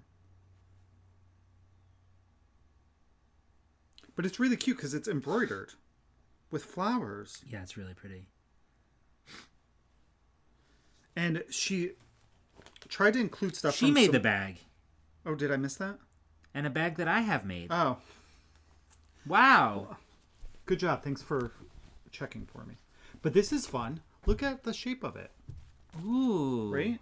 So it's like, it's... Oh, it's not a box bottom. It's like it's more like... Oh, it's so good. And I love that it's hand... Or I'm not going to say hand embroidered. It could be machine embroidered. So I don't know. But I love the embroidery on it. And it has like this... This color's like a really nice denim. And the flowers are beautiful. But the fabric looks like it's denim. But it's not. And then... Wow, great She job. sent us some coffee from a local business. This is from the... I have to read how to pronounce it. Coffee. Washita? Washita? Wash it, ta. Wash it. Oh, it smells nice. Is it what your store smells like this? So they roast their coffee. They also have a microbrewery and a pizza place. So road trip. Right? So we can this have her watch is a nice Columbia coffee. Oh, it smells lovely. I know. You can smell it. It was roasted on August 9th. We haven't used it yet. We have not. Sent us some fun. Okay, so these, I was so excited. Coffee mugs. Now we can use them. I know, now we can use them. These are heavy duty, y'all. Yeah, they're diesel. Like, these are really, really heavy. These are the good old days, it says. And then lastly, sent us some Sassy Squatch relish. Relish in the sass. Apparently this place is known for their relishes. So, thank you so much. It was such a lovely package to receive. I wish you sent pizza. Oh my, well, that's what we're going to have for lunch. Is it for sure? Are you committed to that? I mean, I'm really excited if you say that. It's 1 o'clock? No, it can't be. Yeah, it's 1 o'clock. Oh. Well, all right, we have one more. It's time to stand up, it says. Although I've been standing and blowing my nose every 5 minutes. One more just once yarny goodness thing. So this we're gonna preface by saying if you signed up for Row 1 minis and you have not received this literally got dropped off today. So just look away. Yeah, so chances are you may not have gotten it because it's only September 3rd. Is this September's colorway? It is. Yeah. Wow. So we got this super fast. We did. Okay, so definitely look away. You can listen if you... Right. No, you can't because we'll talk about the yarn dyer.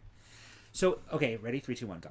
So this September is apparently National Sewing Month. So congratulations and happy Sewing Month to all of you sewists out there. And so this month's dyer is So Happy Jane, SEW, Happy Jane, hand dyed, happy. Heather is the one-man show behind this yarn.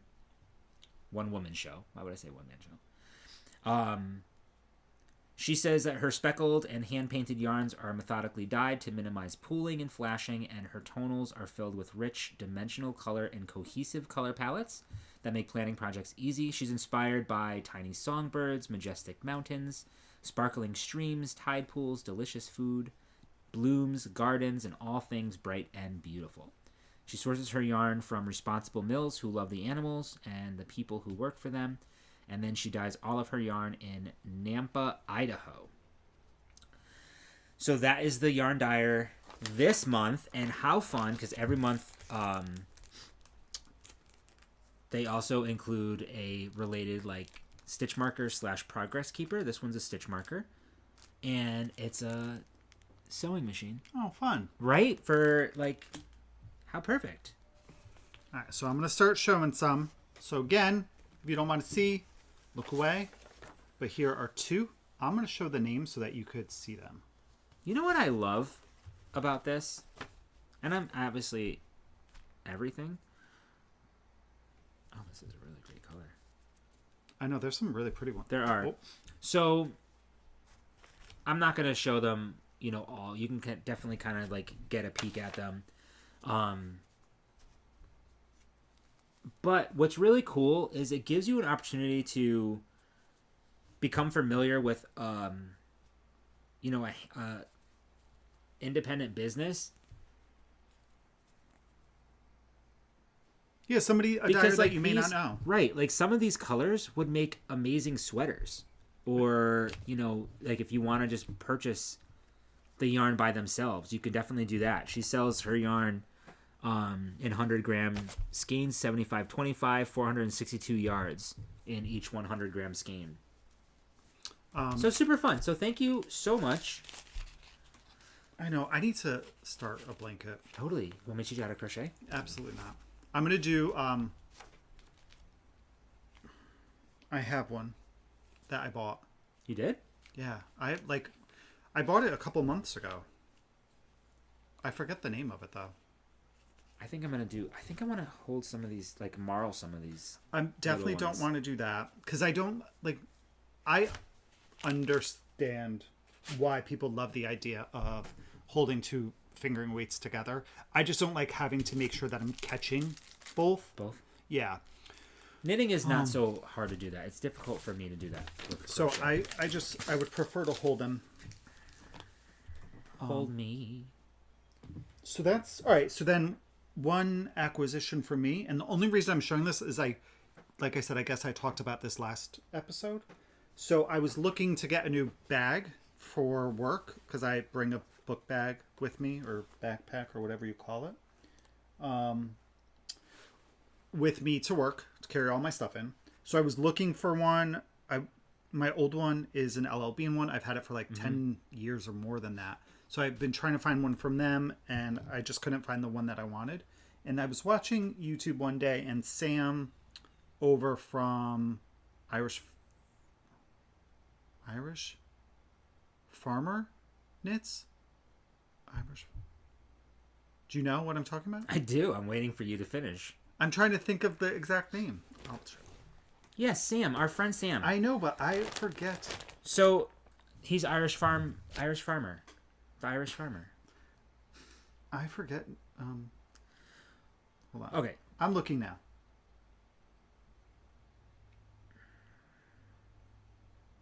Yeah, it's like Irish Farm Designs or something. Anyway, well, on YouTube, he's an Irish knitting podcast. Okay, that's the. Sorry, it's different. So on Instagram is different. Sorry, Irish Farm. And he had talked about Designs. this brand for a bag. He did a review on one that he's had for 6 months. This is not the exact one, but it's the first time I had seen this brand.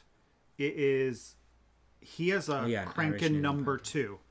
I purchased a Raven 28. So this is the name of the company. I don't know how to say it. Look, there's a little fox on it. I know. So, funny thing is so after he showed his, I started looking at the company and trying to decide if I was going to buy one from them because they are a little bit pricier. And I checked out a couple styles. And then I kind of forgot about it, but I left the webpage up. Then I was going through Instagram one day, and I saw Grant Gustafson, who plays the Flash. Yeah. I like one of his Instagram posts. There was a bag on the bench next to him. I was like, oh, that looks like a nice bag. And then I saw this logo. I was like, oh, I know that brand. Let me go check the website and see what that bag is. And I pull up the website on my browser, and this is the bag that I actually was opened to. So I was like, okay, that's the universe telling me this is the bag. So I bought it. And it arrived this morning. Yeah. But it's very spacious. It's very nice. Bless you. Thank you. So I guess I talked about it last week, and that's the bag I ended up with. Lovely. All right, so that's the knitting content. Let's talk about what we've been reading and watching. So, reading-wise, I have finished 2 books, and I've started a 3rd book. Now, I finished reading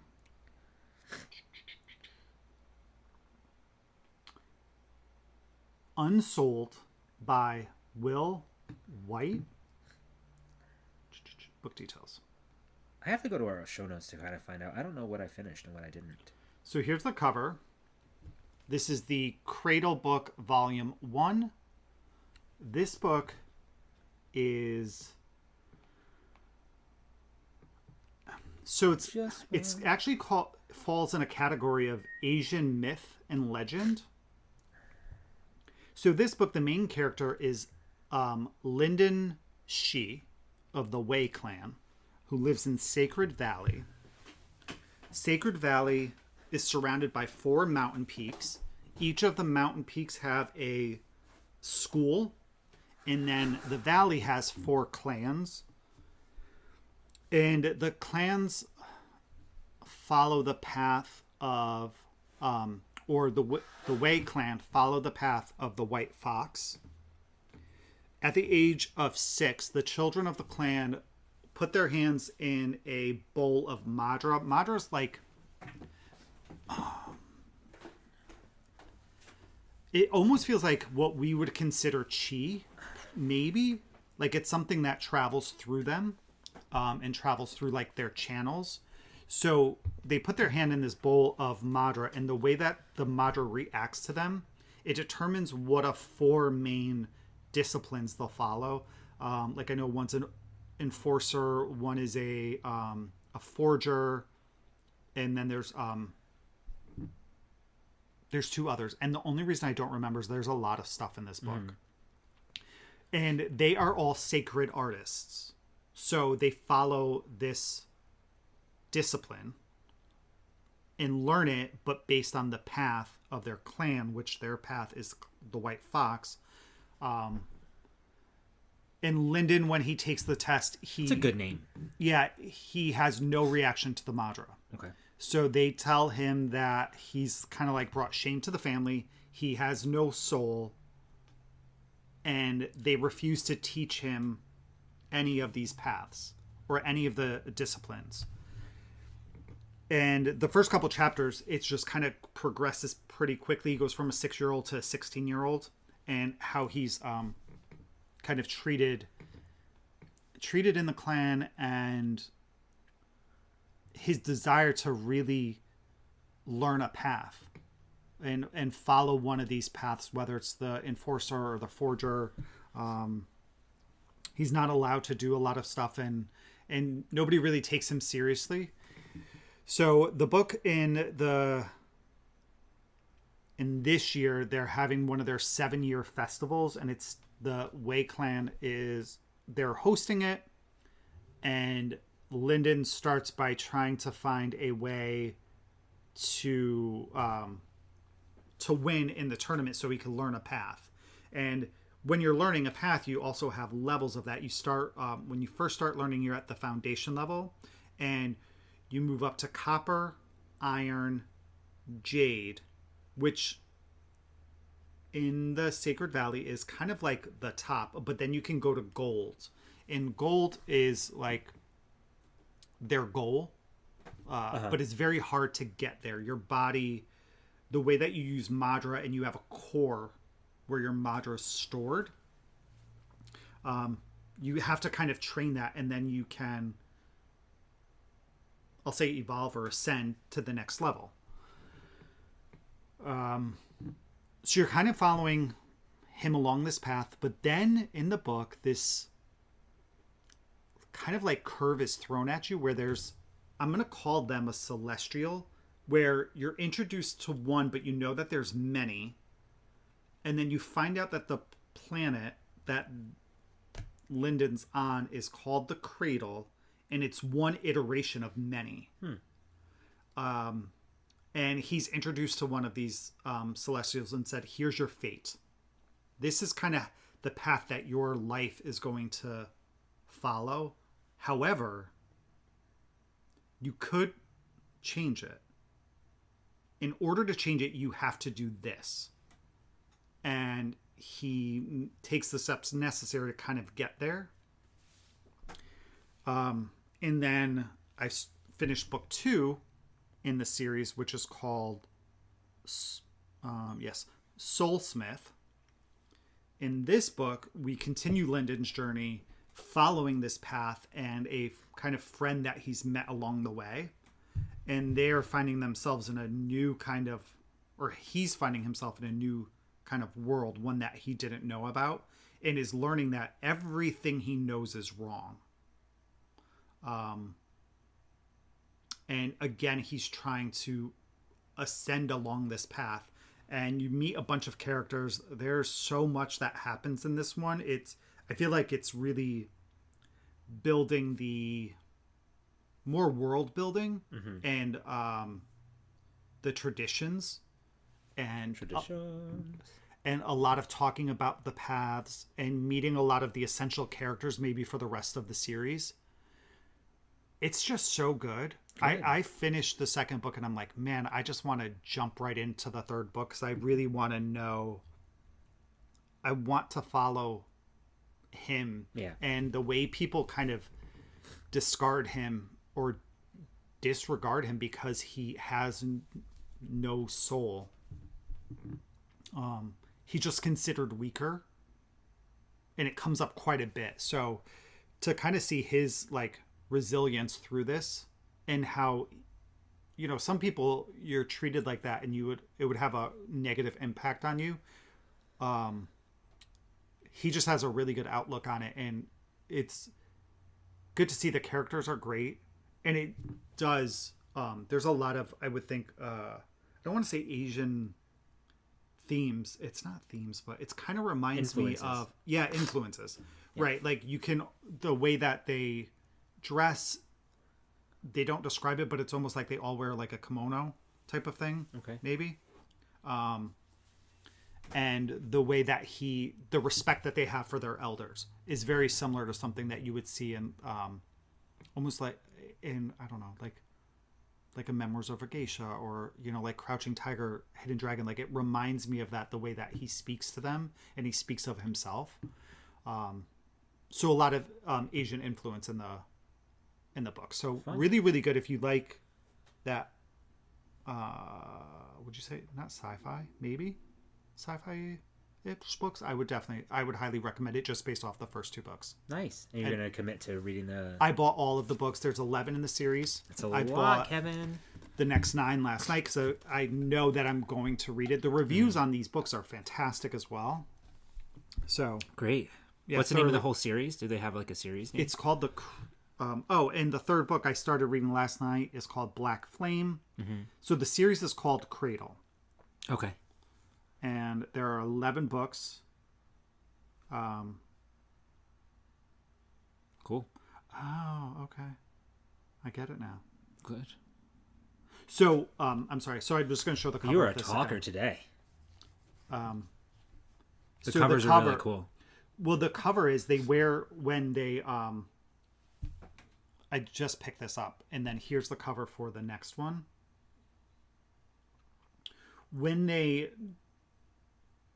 Ascend? No, when they follow their path, right? So when he's in his village, Sacred Valley, and he put his hands in, the other kids are like, oh, the module reacted this way. You are an enforcer. Here is your badge. Oh, so that's what it's a wood badge with the symbol of the the discipline they're following. Then when they become copper, they get a copper version. Neat. Iron, so on and so forth. So his badge showed, I don't remember, it may have been blank or it was a symbol for unsouled. So it literally tells everybody he has no soul. So you walk around with that, and everybody, all sacred artists wear a badge that shows their discipline and their level. So I just realized all the covers of the books. Yeah, I just noticed that badges. Too. Sure. Good. Okay, so that's it. Sure? Yeah, the third book I just started last night. I'm only like 10% in, so cool. Picks up right after the second book. Awesome. I am. I finished. So kind of connected, not really, but a similar fashion to what Kevin was talking about with choosing your own like kind of or having a choice of what school of magic or focus your core is or you can be or whatever is the I finished Spellbreaker by Gigi. No, by Charlie Holmbert. This is what I'm reading right now on my Kindle. It is a duology, so I finished that. I gave it 4 stars. I think it's close to 5, so probably about 4.5 stars. I started the second one called Spellmaker by the same author. The universe is really cool. It's a alternate kind of, I want to say it's a alternate reality because it takes place in our world, like London. The places are the same. The kind of technology is the same. The difference is that they have people who are spellmakers or people that are spellbreakers. And your spellmakers are separated into, they call them aspectors, not like wizards or anything like that. They're called aspectors. And I explained this last time, but the concept is that you can draw in the actual spell by writing it on your skin, or somebody's got to teach you that spell, and once you learn that spell it becomes a part of you. And they're very expensive, so people spend money to learn these spells, and you only have a limited capacity to learn spells based on how strong you are. And so people choose to focus in one school over others. So there's physical aspectors, which are people that can move things around or create, turn ice into water, or vice versa, anything that has like to do with physical. There's spiritual aspectors, which can change a person's mood and things like that. There's 2 other ones which I can't really remember right now, but they all do like different things. Like there's this sneeze again. So anyway, long story short is the main character is a. I'm wondering if it's your the body lotion. thing. Yeah, if there's be something in there that might just the smell. Because I haven't worn it in a while. And we like switched. My hands are fine. But remember, we switched. We That's did. the one that I was using, and I took yours. Yeah. I think my allergy medicine. I have to swap between 2 different allergy medicines because my body becomes a little bit accustomed to it, and so I have to kind of flip flop around. So I think it's time for a change. I feel great though, so don't worry about me. I'm okay. Don't feel like, oh, poor Ray. I'm okay. This is what I've been going through for the 43 years. You're 43 years old? No, I'm not 43. I'm 41. Oh my gosh. Ray, I'm 41? Yeah. So anyway, it's a cool series. It's a really interesting concept. The main character is a spellbreaker, so it's not something that you have to learn. It's just something that you're born with. And she can see the spells as runes, and she kind of unties those knots and breaks apart the spells. There's a little bit of a love interest. There's no dirty parts, which is nice. Break from there's no dirty parts of mine sluttery that I've been reading lately. And so it's cool. It's like old. It takes place in like 1800 England, and I'm really liking the series. So like I said, I started the second one. Just as good as the first. It's kind of like a mystery, like whodunit kind of thing. There's been a murder, and now people's. So when these aspectors die, all the spells that they've taken into their body when they die, they don't leave behind their body. They leave behind their opus, which is a collection of those spells. It is interesting. So because listening to you, it's so much of what you're saying. Right. So as you were talking, I was listening. I was like, wow, that's an interesting but a connection. different world. Right. You know? Yeah. But it kind of like themed, I don't know, like it just... So when a character dies in the books I'm reading, there's a remnant. So, and they could take different shapes and have different, like, I don't know, not personalities, but like they could be aggressive or docile or whatever. So that kind of thing. So yeah, it's really interesting. It is interesting. So the opus, like, it's like, so say I was an aspector and I died, I would turn into like a spell book, basically. Yeah. So it would be a list of all the spells that I've learned or know. So people can't teach themselves spells from this book, but they're like one-time use spells. So like Kevin, if he doesn't have any of these powers, can rip a page out of my book and cast it off on somebody else. So they're very valuable. So there's been a murder that takes place, and some of these high-level aspectors are being murdered, and their opuses are being stolen. So this murderer is collecting these opuses, and so so cool, interesting, whodunit kind of situation. I'm more than halfway done with the second book. It's really good. The next series that I'm listening to one on Audible right now, called it's the Accidental Alchemist series. So it's an Accidental Alchemist mystery. So the first one I finished was called The Accidental Alchemist, by Gigi Pandian. That's the cover art. And so basically that golem comes to life. Is it a golem? Not a golem. Gargoyle. A gargoyle comes to life and kind of partners with this alchemist who's been around living for the past 600 years or so, and now they're in modern day Oregon. And it's also like a whodunit kind of mystery. The first one, there was some murders going on, and it was kind of linked to alchemy, and I was surprised at who the murderer was, so it was very interesting. Like, how did I not see that coming? I can't really talk a lot about this book without giving a lot of things away. You learn a lot of this throughout the series. So basically, it's and I think I read the description on the last podcast. It was really good. The second book in that is called the something Magician. The Masquerading Magician. Also, same author, same narrator. I'm not liking this book as much at all, actually. I think I gave the first one a 4 out of 5, 4.5 out of 5 stars. This one, you know how sometimes you read a series and the second book takes so long re-explaining the history of the first book? I don't like that. And I get why you have to do a little bit of that, but this whole book, I'm probably have like 2 hours left of the book, is still continuing to go back and repeating things that have already been repeated in this book. So like the go Chandra, she completed a workout. Like is repeating the stuff that was already said in this book. Like the concepts of alchemy are mercury, salt, and XYZ. And then it says it again.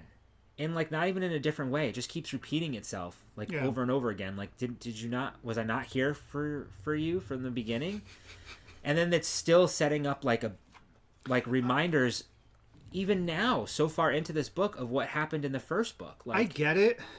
But I do agree that there are some instances where it's distracting. It takes too much of the book, and and typically there's a good time frame between when books are published. Sure, and I get that. I totally do. I do understand that sometimes it takes a little too much. But once you get past, that's my, and I'm always prepared to get a little bit of the backstory. But then there comes a point in the book where you're like, okay, now I'm past that. We can get onto the story. It's not going to be distracting to me anymore, but it's just continuing on. It's just like, I don't know.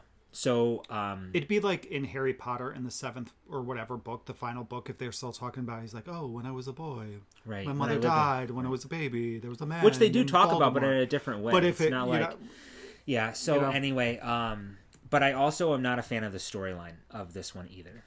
The first book was so unique. It was so cool. It was like, oh, this is so interesting. Why are you finishing the book? Because now I'm committed. It's a second book in a series, and that's it. There's no more after this. It's just a duology, and I like the characters, and I like the actual backstory of the people, and like their take on alchemy, and I want to find out what happens to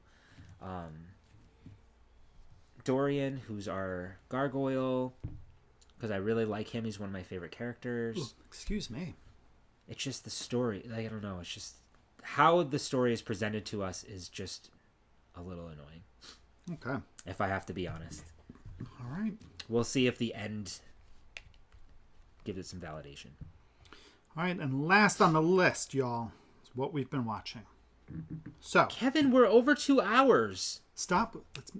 Well, you just talk. No, you talked for like 20 minutes about your book, if you stopped finishing so many projects and starting so many new ones. I only talked about 2 knitting projects. Get your shit together. Do some smaller projects. You have gigantic projects. So we watched the first 2 episodes of The Lord of the Rings, The Rings of Power, just released on Amazon recently. It was very entertaining. I feel like I kind of want to watch them again yeah, same. I thought they were excellent. They were. Yeah, I wish that they released it all at one time. So you could just keep going. Yeah, because it's totally binge worthy for me, and I just want to keep going. Well, we could do that. We could wait until they're all released and then binge from the beginning again. Well, but now I'm hooked. I want to watch them as soon as they come out. Okay. So if you're a Lord of the Rings fan, highly recommend it. Yeah, even if you're not, you don't have to know. No, you don't. You don't have to know anything, really. And as of right now, there's only 3 characters from the movies 2 that we've seen, and another one that's been mentioned. Who are the 2 that we've seen?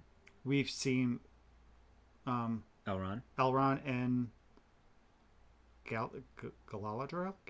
What? How do you say her name? The blonde elf. Duh. But you don't really have to. You don't even really have to know their backstory or anything. Not at all. Yeah, this is kind of like a prequel. It takes place hundreds of years, I think, before. I think is it 300? Something like that. So watching that, then we've been watching, binging Supernatural. So we finished season 1. I am so loving this series. And I don't know why I never watched it when it came out. I'm so surprised. Me too. So we finished season 1 and we're on season 2. We're about like 5 or 6 episodes into that now. And then we've been watching She-Hulk on Disney Plus, and that's fun. It's a fun thing. There's no. You were saying it last night, and there's no real story yet. Yeah. No main story. Maybe it's just her coming to terms with that she is a Hulk. Yeah. Could be it. But there's no like bad guy. No. Or no, no arc. I guess no story arc that you're seeing. Right. Maybe there won't be. Maybe it's just going to be like a... But I love all the little cameos and nods to the universe. And I love how she breaks out of character to address us as the audience. I had to Google... I was telling you this. I had to Google it because I kept seeing things where it breaks the 4th wall. Yes. And the 4th wall is your screen. Now that you said that to me last night when we were talking about it, I learned about that in film class. When they were talking about, like, that's part of the... part of it. Like there's 3 walls when you're watching something. Yes, of course. And we are the 4th wall. We are, right. Your TV screen's that 4th wall. So when they start talking to you directly as an audience, that's considered breaking the 4th wall. And she's so good. If you all haven't watched Orphan Black, that is one of our favorite series. Love that show. She is an incredible actress. I don't know her name. I know it, but I probably don't know how to say it properly. She's just, it's such a good show. Yeah, that was a fantastic show. So, and this one's good too. This one's setting itself up to be, it's entertaining. Correct. Yeah. Correct. I think that's it. I think so too. I just ordered pizza because you did? Lovely. That's the life that we leave. I got a pepperoni and a cheese. Oh, about 2 pizzas. Oh, we'll have some for dinner. For dinner tonight. Did you get any accoutrement as well? Some fried mozzarella sticks. Lovely. Okay. So that is that, and Yeah, and so congratulations again to our winners. That's so exciting. And I know we probably didn't say it in the beginning, but thank you to all your new subscribers and new viewers. Thank you huge to those who continue to stick with us from the beginning. It really does mean the world to us. And we're gonna get to meet so many people in a month and a half. So exciting. That's gonna be a good time. So I know we're like a chattier bunch today, I think. We're not as long as last week. But we literally have like an eighth of what we showed last week. It doesn't matter. Yeah. I say it every week. I kind of want to just... I'm gonna... All right. That's it. We're done. All right. So thank you all. Hope you guys have a good 2 weeks, and we will catch you all in a fortnight. Bye.